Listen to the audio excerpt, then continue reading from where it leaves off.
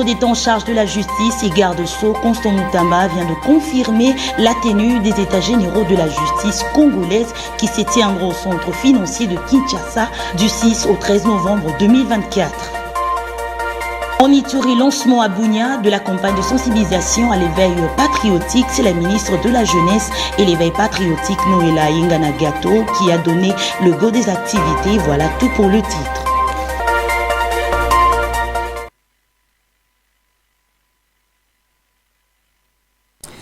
Bienvenue dans ce journal. Ouvrant cette session d'information, les travaux de la tenue des états généraux de la justice congolaise vont bon train. Les ministres d'État en charge de la justice et garde-sceaux, Constant Mutamba, vient de confirmer l'ouverture de ces assises qui se tiendront au centre financier de Kinshasa et lancée par le chef de l'État, Félix Antoine Tshisekedi Tshilombo, au cours d'une conférence de presse tenue ce lundi 4 novembre 2024. Clarisse Chibanda pour plus de détails. Prévu du 6 au 13 novembre 2024 au centre financier de Kinshasa, les états généraux de la justice congolaise sont placés sous le thème « Pourquoi la justice congolaise est-elle malade ?»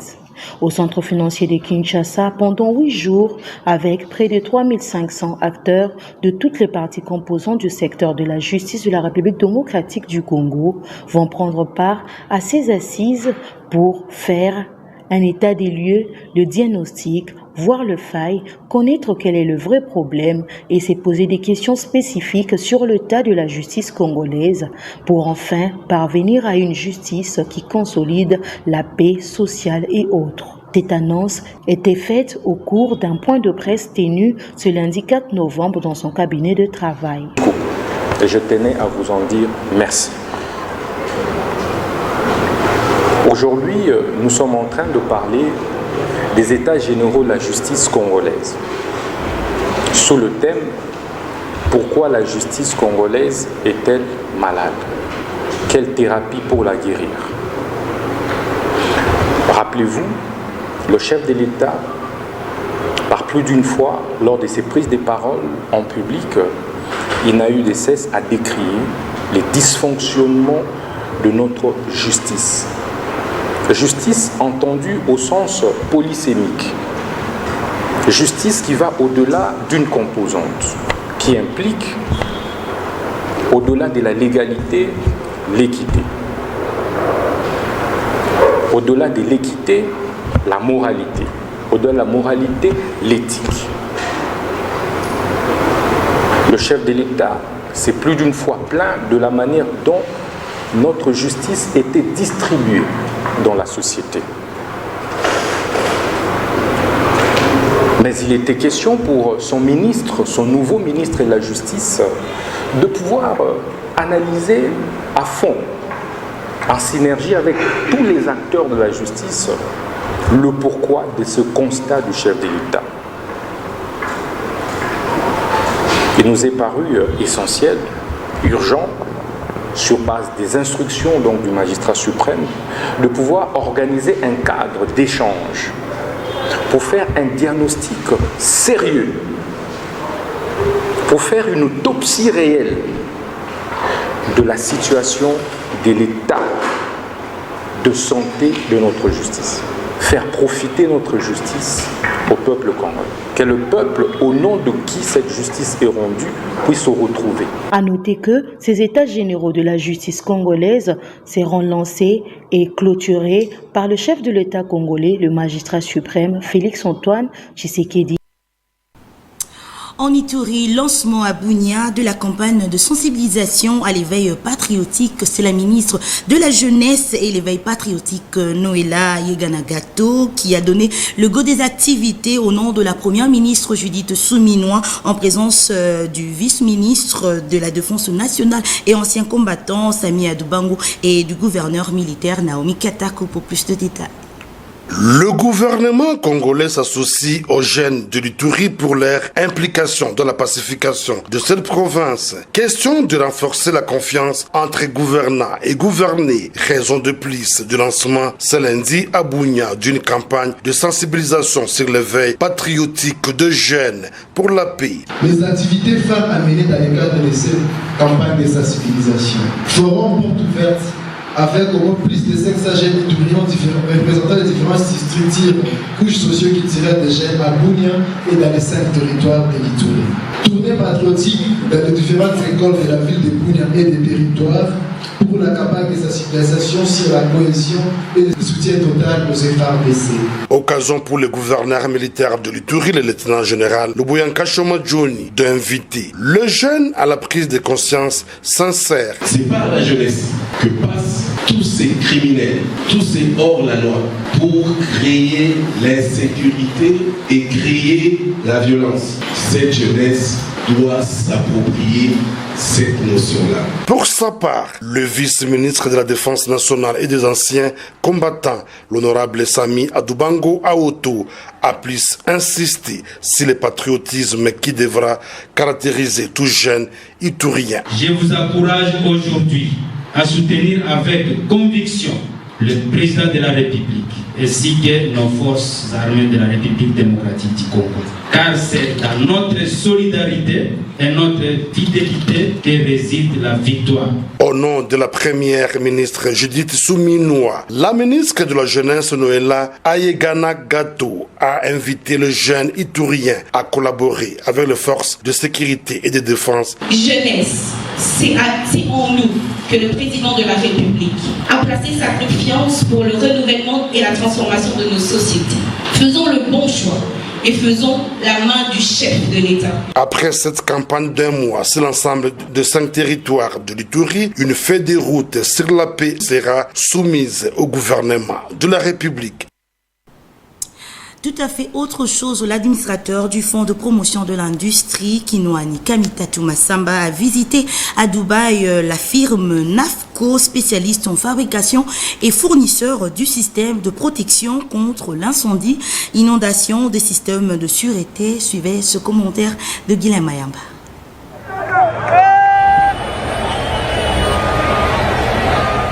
La problématique des inondations, naufrages et incendies en répétition en République démocratique du Congo, en général et singulièrement à Kinshasa, va dans le tout prochain jour se conjuguer au passé. En effet, pour mieux sécuriser la population contre les catastrophes naturelles et incendies, Kinwani Kamitatu Massamba, administrateur au Fonds de promotion de l'industrie, s'est rendu à Dubaï pour convaincre les industriels de ce domaine à venir s'implanter en République démocratique du Congo afin de permettre au gouvernement congolais de surmonter tant soit peu ce genre de phénomène qui surgit au vu et au su de tout le monde sans aucune réponse adéquate. Pour Kinwani Kamitatu Massamba, l'air a sonné pour que NAFCO, fabricant et fournisseur du système de protection contre l'incendie, d'équipements de lutte contre l'incendie, inondation, de systèmes de sécurité et de sûreté mettent un terme au calvaire de nombreuses familles en RDC.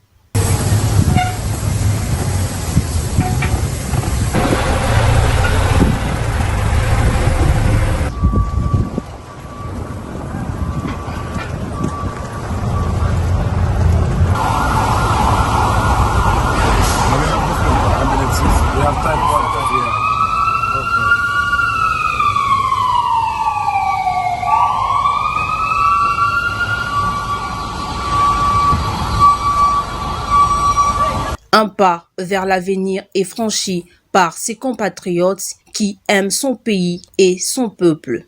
Il reste maintenant aux autorités ayant dans leurs attributions ces secteurs à suivre le pas de ces dignes fils du pays pour se faire une idée allant dans le sens de concrétiser cette initiative pour le bonheur de tout un peuple et mettre fin à la série d'inondations, noyades et incendies dans toutes les grandes villes de la République démocratique du Congo. Kinwani Kamitatu Massamba, administrateur au Fonds de promotion de l'industrie, membre du conseil de l'organe de conception, de contrôle et de décision, se bat bec et ongle pour la matérialisation de la vision du chef de l'État, Félix Antoine Tshisekedi Tshilombo, le peuple d'abord. À la tête d'une forte délégation de parlementaires de la République démocratique du Congo au Parlement panafricain, le rapporteur de l'Assemblée nationale, Jack Ndoli, qui s'est donné aux travaux techniques de la commission permanente de règlement, privilèges et discipline, Christian Lissouko. À la tête d'une délégation des députés nationaux de la République démocratique du Congo, membre du Parlement panafricain, le rapporteur de l'Assemblée nationale, le professeur Jacques-Diolé Sengekeli, participe aux réunions statutaires préliminaires de la commission permanente de règlement, privilèges et discipline dont le siège se trouve à Midran, en Afrique du Sud. Sur instruction du secrétaire de séance, le professeur Jacques-Diolé a participé ce dimanche 3 novembre 2024 à la réunion statutaire de la commission permanente de règlement, privilèges et de discipline dont il est membre pour examiner des éventuels amendements du règlement intérieur en vigueur du Parlement panafricain. Cette commission a reçu mission de réécrire, relire, voire même procéder à l'interprétation du règlement intérieur du Parlement panafricain, PAP. Au sortir de cette réunion dont les travaux se sont déroulés à huis clos, le rapporteur de l'Assemblée nationale, le professeur Jacques-Diolé Sengekeli, a circonscrit la quintessence des travaux abattus en commission. Nous sommes, comme vous voyez, au niveau de la commission permanente de règlement, de privilèges et de discipline. C'est donc la commission qui est chargée de réécrire ou de relire, voire d'interpréter le règlement. Le pape a été l'objet d'un conflit intense qui tournait autour de son règlement. Ce règlement a été révisé et envoyé au niveau de l'Union africaine. Vous savez que le Parlement panafricain est le deuxième organe, n'est-ce pas, de l'Union africaine. Signalons que les membres de la commission permanente de règlement, privilèges et de discipline vont poursuivre les travaux pendant la semaine avant de présenter les conclusions à la plénière pour approbation. La rentrée académique 2024-2025 a été effective lundi 28 septembre à l'Université de sciences et technologies UCITEC. Plus de 300 étudiants ont répondu présents à cette rentrée. Clarisse Chibanda et Fanny Chiswaka. Aussitôt arrivés, les étudiantes et étudiants de l'UCITEC ont bénéficié d'un accueil chaleureux par le corps académique et des orientations, ainsi que des conseils par le recteur de cet établissement. Dans ce mot, Pierre Kafunda, recteur de l'UCITEC, a souhaité la bienvenue aux étudiants accompagnés des explications claires et le pourquoi du choix porté sur cette université. Une vision claire. En posant la question, par exemple, pourquoi je suis là, où j'y vais et j'y arriverai. C'est la vision ou la loi des navigations. Je sais qui je suis et qui tu es. C'est la loi de l'identité. Et l'identité, cette loi permettra aux gens de venir avec vous le principe de l'électromagnétisme. Et qui tu es, c'est le principe de sélection. Il faut sélectionner les gens efficaces. Vous ne pouvez pas aller avec tout le monde vers votre destinée. Viens avec moi et tu verras. Cela veut dire impacter les autres, impacter votre société. L'année académique 2024-2025 à l'UCITEC a été déclarée ouverte par... En respectant toutes les dispositions académiques, telles que inscrites dans le VADMECO, ainsi que les inscriptions académiques, je déclare ouvert l'année académique 2024-2025. Je vous remercie. Notons que le programme élaboré par l'université UCITEC est centré sur le leadership et entrepreneuriat ainsi que les sciences, technologies et mathématiques, centré sur le bilinguisme dans le but de bien préparer le futur cadre dans le créateur de leurs propres entreprises dont la République démocratique du Congo a besoin. L'UCITEC organise dans son sein plusieurs facultés à travers une variété de programmes innovants dans les sciences informatiques et de l'administration, génie et ingénierie, sciences informatiques ainsi que les sciences de l'éducation. L'UCITEC ouvre grandement ses portes pour tout étudiant et continue avec les inscriptions.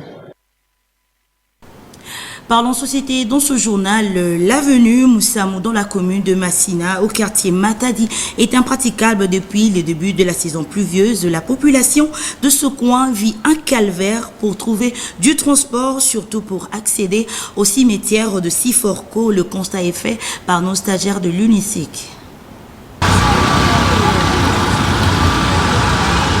Depuis le lancement de travaux de réhabilitation et d'assainissement de la ville de Kinshasa par le gouverneur Daniel Bumba, il y a de quoi où ce travaux ne se font pas sentir, comme ici à Massina, au quartier Matadi, où l'avenue Moussamou est dans un état de délabrement très avancé. Les jeunes volontaires du quartier se donnent la peine de travailler afin de permettre le passage.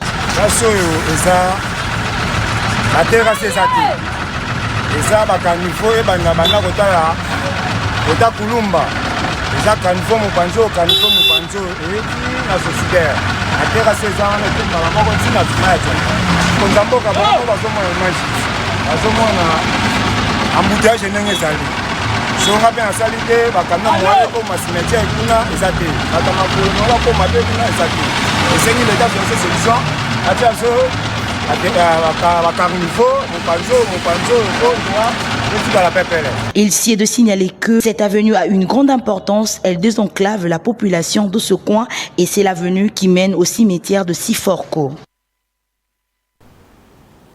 Toujours en société, avant de boucler cette édition du journal, toujours au quartier Matadi, par manque de poubelles publiques à Kinshasa, la population de ce quartier a transformé la société Socidaire en un dépotoir de déchets, chose qui inquiète les habitants de ce coin de la capitale. Le constat est fait toujours par nos stagiaires de l'UNICIC.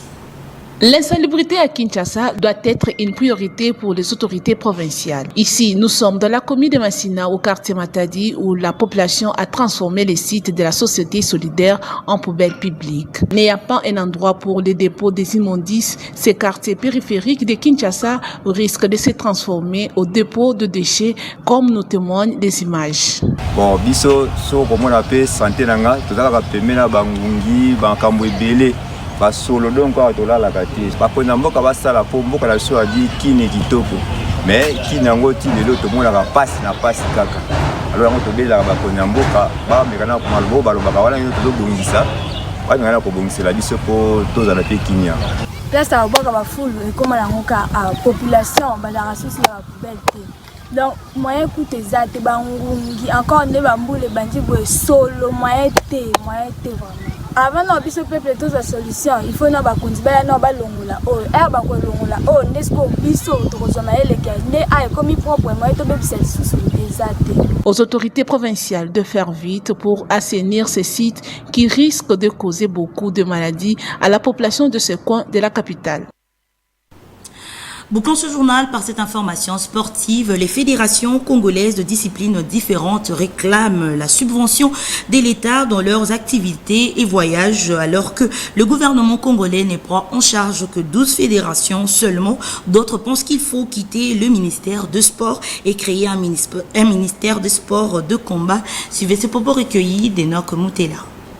Par rapport à moi, je crois que c'est un raisonnement erroné de créer un ministère de sport de combat pour le simple fait que, premièrement, il faut que nous, en tant que fédération, nous respections la réglementation à la matière, c'est-à-dire que toutes les conditions qui sont susceptibles de nous permettre d'entrer dans le droit pour recevoir la subvention de l'État. Et ça, c'est vraiment, ce sont des conditions qui sont cumulatives et non alternatives. Il faut être installé dans l'État congolais tel que la loi l'exige. Il faut être affilié à une fédération internationale et participer à des compétitions internationales. Et c'est ça, avoir un siège et ainsi de suite. C'est ce qui te permet d'avoir un contrat d'objectif avec l'État. Alors, ce que nous, de fédération, nous pouvons faire pour nous permettre d'entrer à obtenir la subvention de l'État, c'est d'abord de respecter la loi qui nous régit. Par exemple, moi, ma fédération, aujourd'hui, j'ai 5 provinces. La fédération de Moutaï a 5 provinces. Et la loi nous parle de 6 provinces pour obtenir d'abord l'agrément de l'État. Mais vu la décentralisation ou la décomposition territoriale des provinces, nous avons aujourd'hui 26 provinces. Il faut avoir plus ou moins 13 provinces pour prétendre obtenir un contrat d'objectif. En ce qui concerne d'abord nos fédérations, nous-mêmes nous devons être droits. Nous ne devons pas indexer le ministre du Sport ou quoi que ce soit. On doit être logique avec nous-mêmes pour permettre aussi à ces gens-là de faire bien leur travail. C'est par cet élément que nous mettons un terme à cette grande édition du journal. Mais avant de nous quitter, suivez les rappels de principaux titres, s'il vous plaît, et retrouvons-nous prochainement. Au revoir. Vous avez suivi dans ce journal le ministre d'État en charge de la justice et garde-sceaux Constant Mutamba qui vient de confirmer la tenue des états généraux de la justice congolaise qui se tiendront du 6 au 13 novembre 2024 au centre financier de Kinshasa. Et en Ituri, lancement à Bunia de la campagne de sensibilisation à l'éveil patriotique. C'est la ministre de la Jeunesse et l'éveil patriotique qui a donné les goûts des activités.